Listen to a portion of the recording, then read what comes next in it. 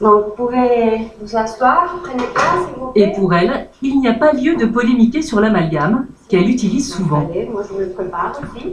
La patiente d'aujourd'hui, Caroline, consulte pour 2 caries. Merci. Je veux mettre une serviette. Alors, la première chose qu'on va faire, c'est nettoyer la carie. Et après, on décidera les matériaux qu'on va mettre.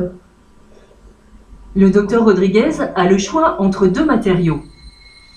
Soit le composite, une pâte de couleur blanche qui ne contient pas le mercure, soit l'amalgame de couleur argentée qui, lui, contient du mercure.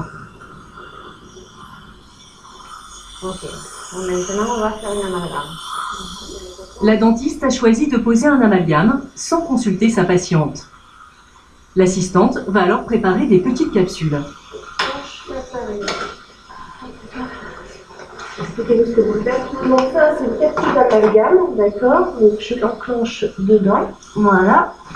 Je la fais vibrer 5 secondes qui est déjà programmée. Il y a tout ça.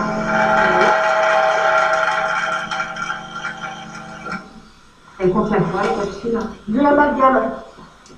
Ce que l'assistante ne précise pas, c'est que chaque capsule contient 1 gramme de mercure pur. Les vibrations ont permis de mêler le mercure à plusieurs métaux comme l'argent et le cuivre. Le mélange va être travaillé, puis inséré à l'intérieur de la dent.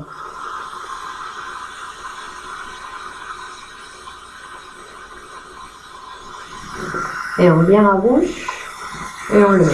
On va un petit peu, Caroline, s'il te plaît. Voilà.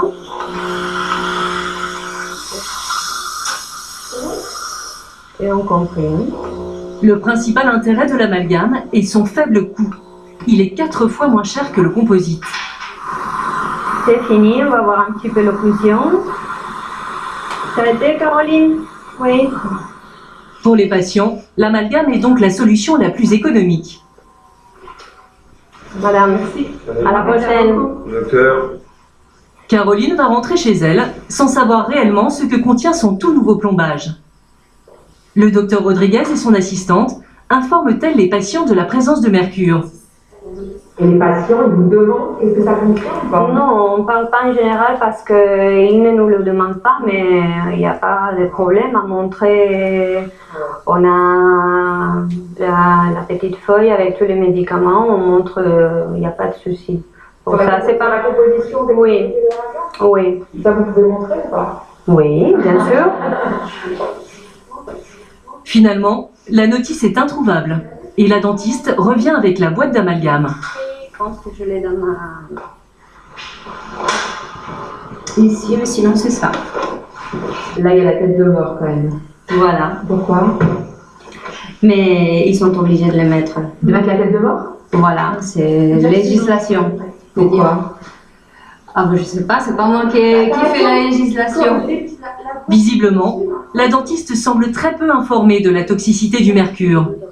C'est son assistante qui tente de faire bonne figure. Si on ouvre comme ça, c'est toxique. Il ne faut D'accord. pas l'ouvrir. C'est pour ça qu'on le comprime, on le bouge comme ça, Ouais. et après ça devient dur, un peu mort. Et quand c'est dur, c'est plus toxique. C'est moins toxique que si on ouvre comme ça, c'est de la peau, ça peut s'envoler, on peut le respirer. C'est pour ça que c'est toxique. Et quand c'est dur, C'est moins toxique. c'est moins C'est- toxique, voilà. mais c'est un peu toxique quand même. Voilà. Les amalgames seraient donc un peu toxiques. Qu'est-ce que cela signifie? Comment sont-ils fabriqués? Nous contactons l'un des leaders du marché. L'industriel est très réticent à nous laisser entrer dans son usine et nous n'allons pas tarder à comprendre pourquoi.